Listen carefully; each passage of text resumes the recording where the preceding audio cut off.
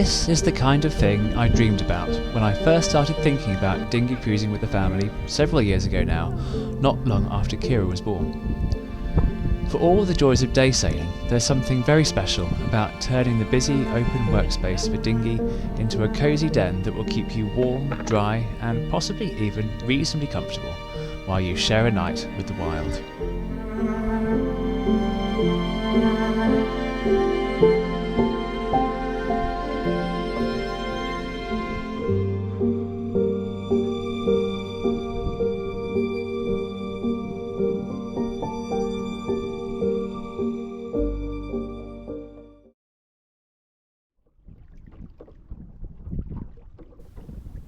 During the summer holidays, I spent 5 nights aboard Tarka among the marshes and sand dunes close to Brancaster Staithe on the North Norfolk coast. These were not my first nights aboard Tarka, of course, but this was to be my first attempt to take the kids camping with me, one at a time. We would sail out to an anchorage on an evening tide and return to the Hard on the next morning's tide. In between, Tarka would dry out on the sandy or muddy bottom. No risk of dragging anchor, no risk of being run down by another boat in the dark. What could possibly go wrong? To answer that question, it seemed wise for me to have a practice run on my own. The spot I had chosen for the first night was about here, in Cockle, Bight. It is a shallow part of the harbour, a spot where we had found the bottom with the centreboard of our old RS200 many times. Races are often started from near this corner of the harbour in a southwesterly wind. From my memory, the bottom was soft, flat mud, ideal to let Tarka dry out on for the night.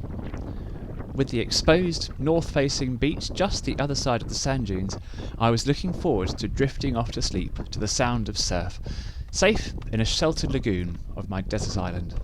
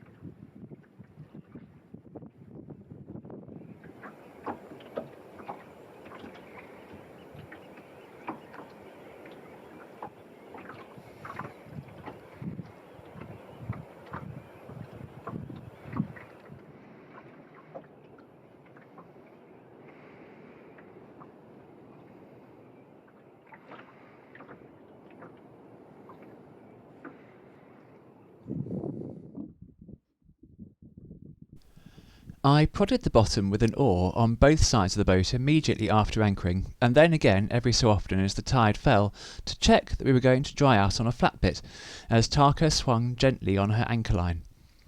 I did occasionally find a deeper bit. The bottom did not seem to be quite as flat as I'd thought. I would need to keep testing, and if necessary pole Tarka sideways to find a flat spot, until she finally settled on the harbour bed. In the meantime, the kettle could go on.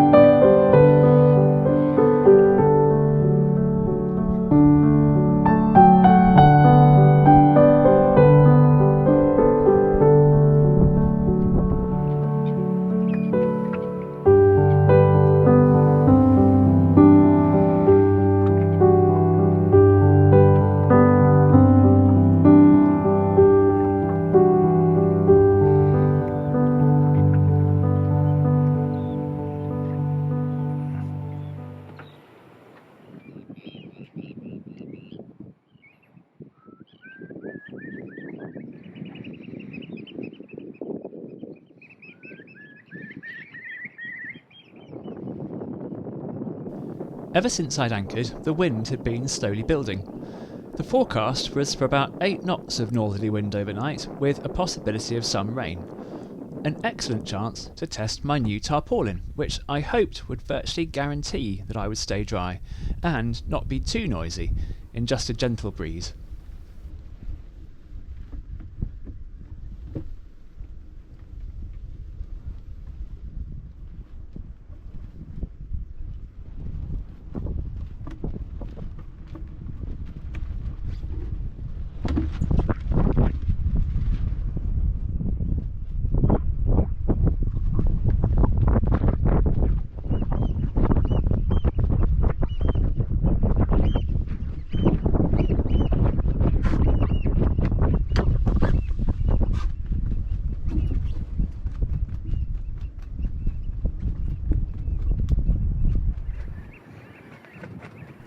A spoonbill!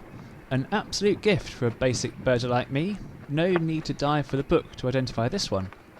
And very special. It's only in the last few years that spoonbills have started breeding successfully in the UK again, after an absence of well over 300 years.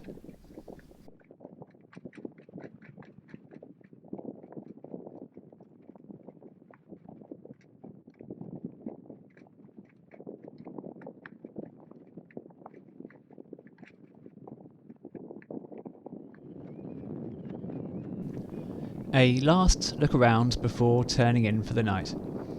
It was clear that the harbour bed here in Cockle Bight was nowhere near as flat as I had thought, but riddled with pools and creeks. I had been very lucky to find a spot as flat as I did without a lot more difficulty. The wind was continuing to build, the tarpaulin was flapping with increasing vigour, halyards were banging against the mast. It was starting to look like I wasn't going to have the peaceful night on the marsh that I had imagined.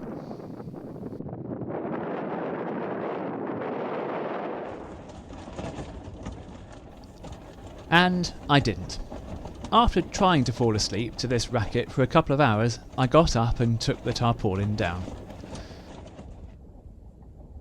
But I couldn't stop all the noises in what I really hoped was more than 8 knots of breeze. I didn't get much sleep at all, if any, and just as it felt like I was starting to relax, Tarka stirred as the morning tide flooded into the harbour and started to lift her off the mud.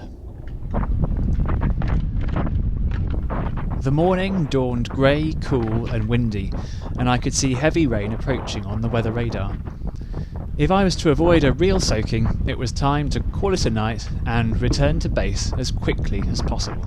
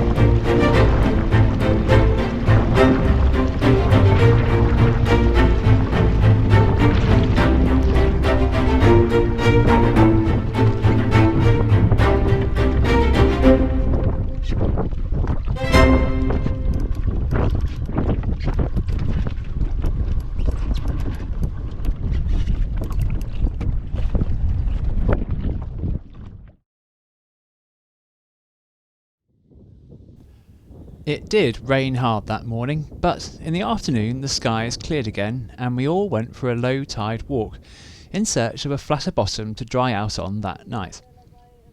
We walked up the harbour along Moe Creek.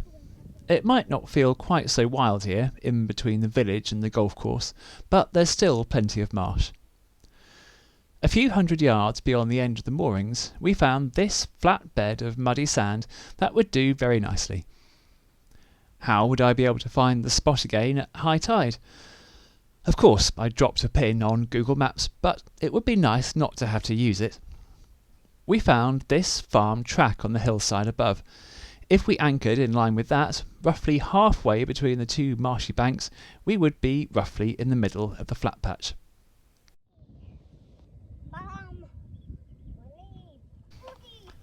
After a bit of mudsliding, it was home for dinner, and straight after that, time for Keira and me to rejoin Tarka and head out for the night.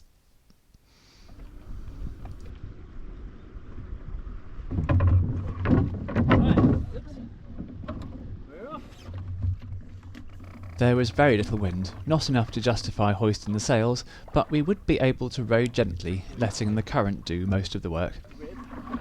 One advantage of travelling up the harbour for the night instead of down was that we could set out while the evening tide was still flooding, and wait until the morning tide was ebbing before we would need to head home again, giving us an extra couple of hours and allowing us to enjoy our anchorage for 2 high tides.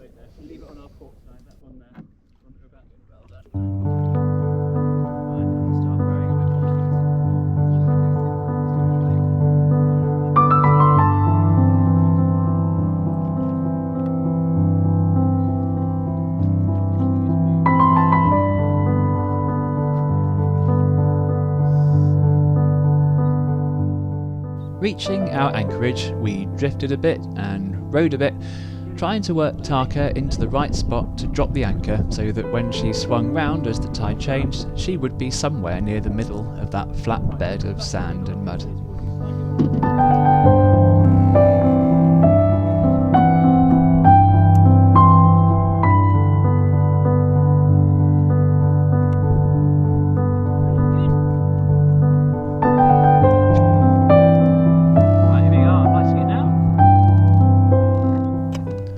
Then it was time to raise the canopy, set the beds up, light the stove, and get settled in for the evening.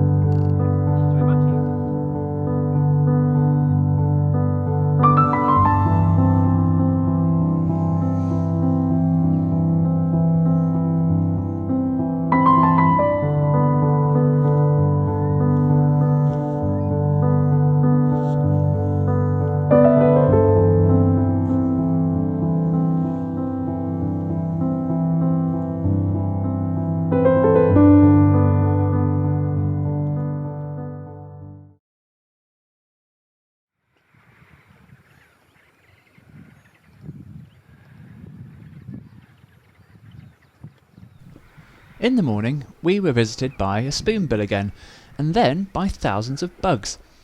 They seemed to arrive en masse as the tide rose over the marsh, presumably seeking refuge while their homes were flooded. Fortunately, they mostly seemed to just want somewhere to sit and weren't very interested in us.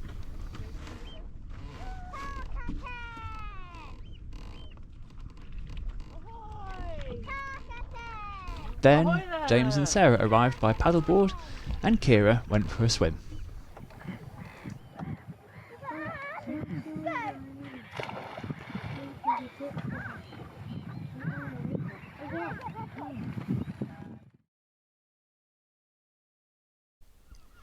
That evening, with the tide being another hour or so later, and an early start needed the following morning for our attempt to join the round the island cruise, James and I walked out to Tarka before the tide reached her mooring, so that we could work our way up to the same anchorage as soon as there was enough water to float.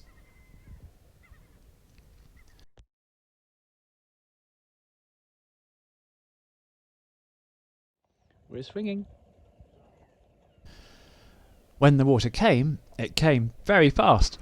So fast, in fact, that we decided not to leave the mooring until it had slowed down a bit. Towards you, that's it. Good, well done. Tell me when to straighten up. Yeah, I will.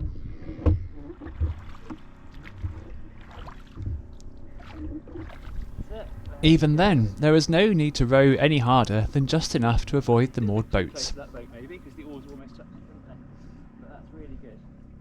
So yeah. So between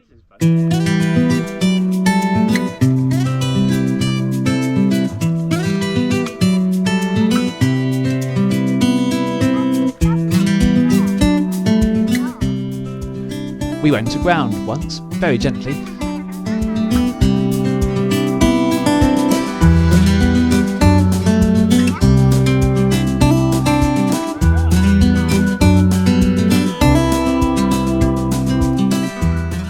And shortly after that anchored to wait another 10 minutes or so for the water to rise a bit higher, before continuing on to our overnight spot.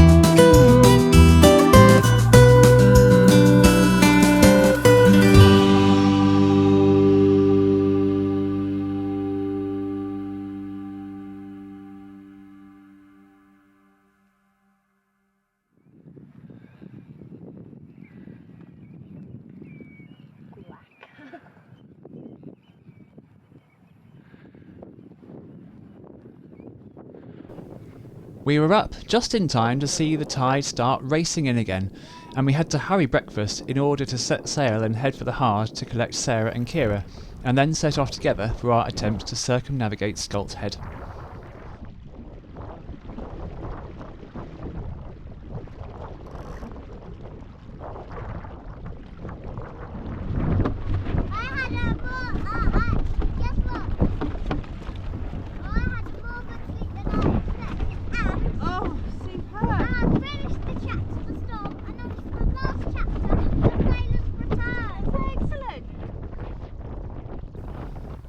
I had not had time to get things properly shipshape, shoving things like the trangier under the foredeck to be tidied up once we were properly underway.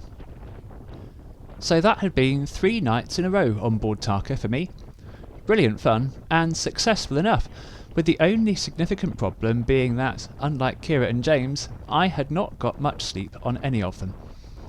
It wasn't that I wasn't comfortable enough, I had slept in much less comfortable places. Maybe I just couldn't switch off on board a boat, even when it was solidly and safely aground. I was starting to wonder, would I ever learn?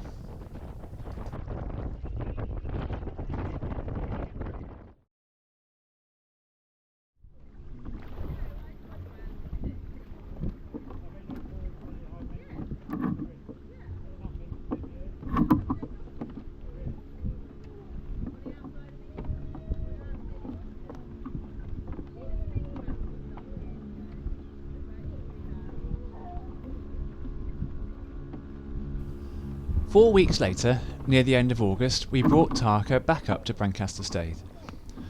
The weather and tides looked ideal for 2 more nights on board. Having done it once with each of the kids, it seemed a pity not to do it again. The first time is for practice or novelty. My guess was that the real rewards would come from doing it again and again. I decided to be a bit more adventurous this time. Comparing the satellite images on Google Maps with the harbour bed that we had actually found had given me more confidence that using the satellite imagery was a reasonably reliable way of finding a flat bottom to dry out on. The shape of the harbour bed didn't seem to shift as much as I thought it might in the time that passed since the images were taken. We will. Thanks very much. See you tomorrow. There looks to be a decent flat spot just here, up Norton Creek or the Nod. I had been warned that this area was a bit of a hotspot for horseflies, which was partly why I had avoided it so far. But having had virtually no trouble from horseflies on the previous trips, and also considering that sunset would be an hour earlier than it had been in late July, with horseflies preferring bright daylight, I thought it worth the risk. It would be a beautiful, wild spot.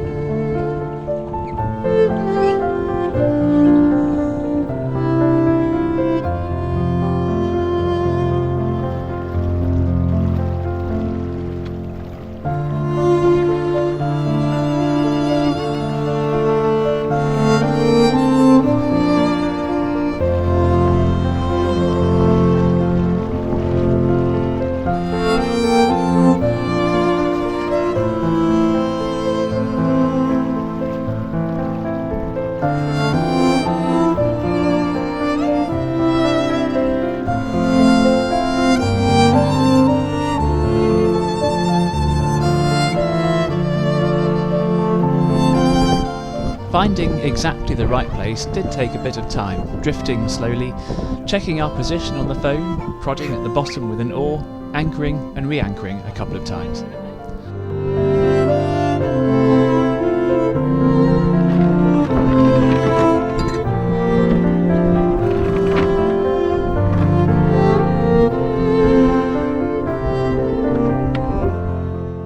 Eventually, we were happy with our position and could start getting ready for the night.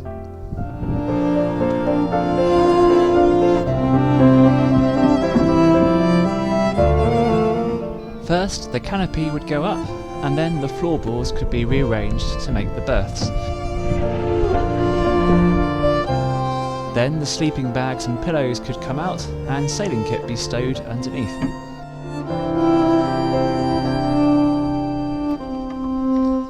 After that, it's time to light the stove to make tea and hot chocolate, and dig out the sandwiches for supper.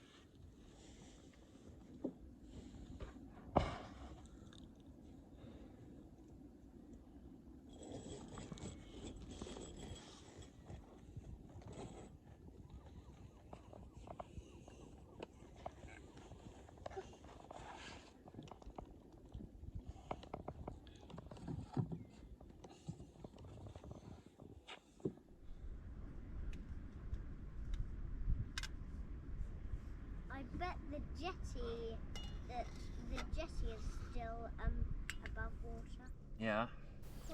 In the morning, the stove goes on again for tea and porridge this time. Said to work slower. And while the kettle is boiling, the bedding is stowed and the floorboards go back into their sailing positions. Yeah, found it. Oh, well done.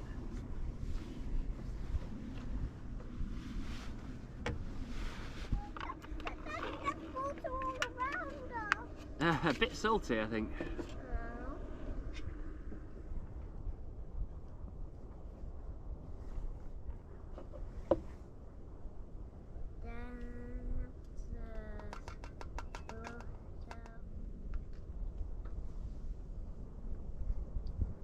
Mm.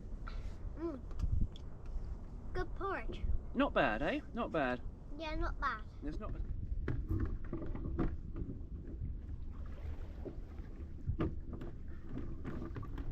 After breakfast, time to rig up and go sailing.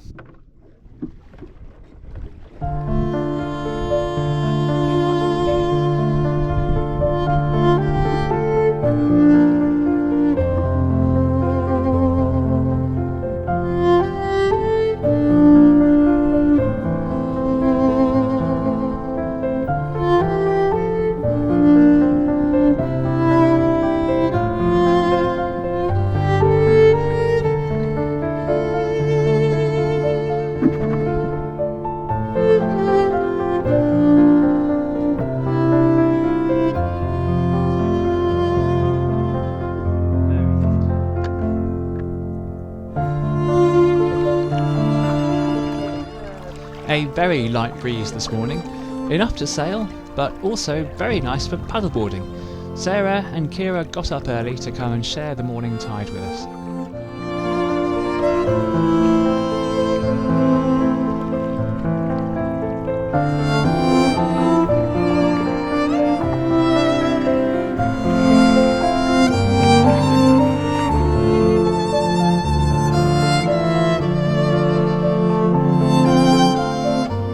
Possibly the best news of all, though, is that I had slept like a log. The difference? Perhaps the addition of a cotton sleeping bag liner.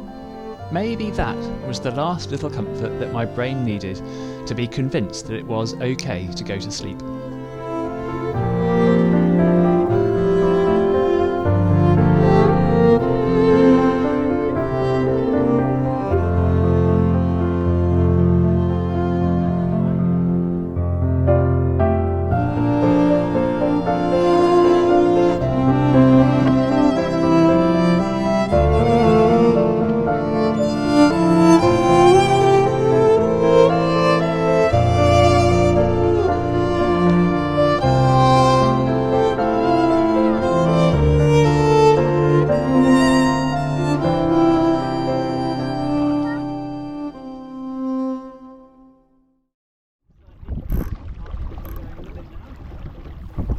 It was Keira and me for the last night aboard of the summer.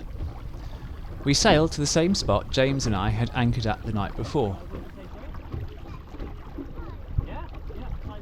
We were well into the routine now. The harbour, the marsh and Tarka were starting to feel a little bit like home.